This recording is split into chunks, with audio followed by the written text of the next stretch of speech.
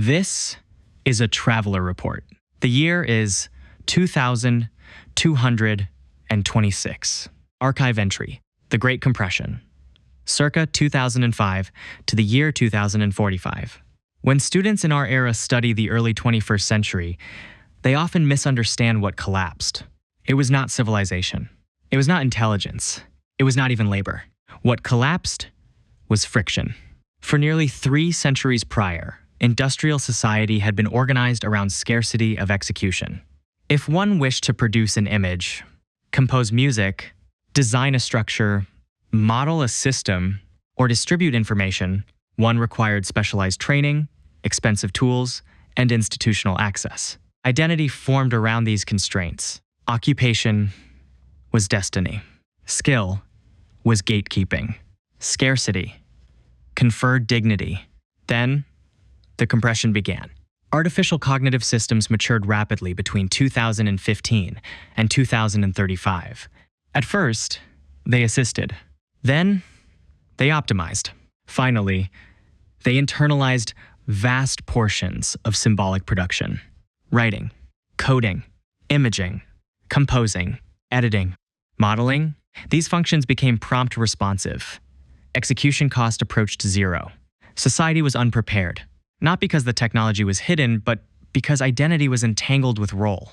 Early observers described the period using metaphors of whirlpools, drains, gravitational collapse.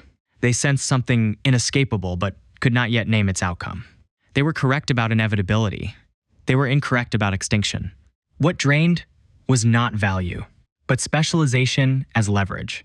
In the industrial era, dependency webs created economic exchange. One person could not do what another could. Interdependence structured dignity. When AI systems internalized technical differentiation, many roles lost exclusivity. The shock was psychological before it was material. Contrary to fears of the time, widespread starvation did not occur in technologically advanced regions. Physical production, agriculture, energy, logistics became more efficient, not less. However, a crisis of purpose emerged. Millions discovered that their economic contribution was no longer defined by effort, but by orientation.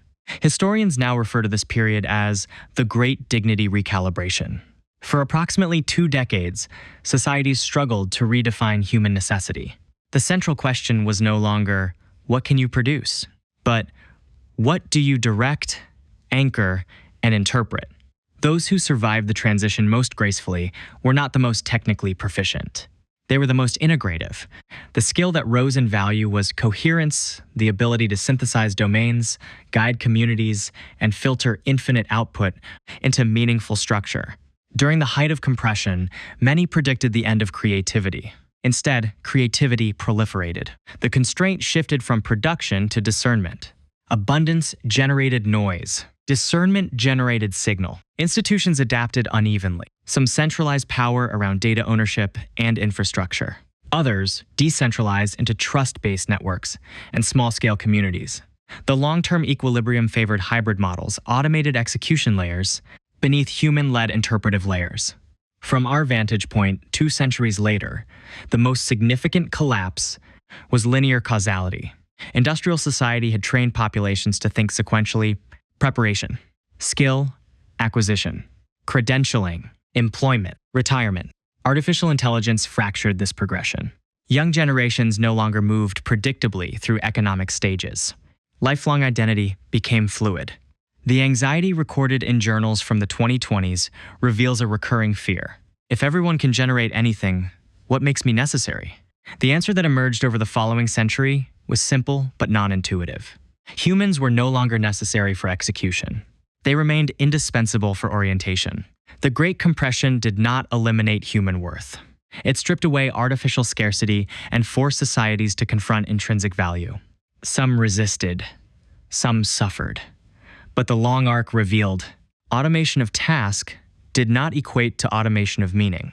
One personal account from that era described watching automated floor cleaning robots in an airport and sensing both awe and inevitability. The writer compared the moment to philosophers witnessing the fall of Rome. The analogy was apt in tone but imprecise in scale. Rome's collapse reduced complexity.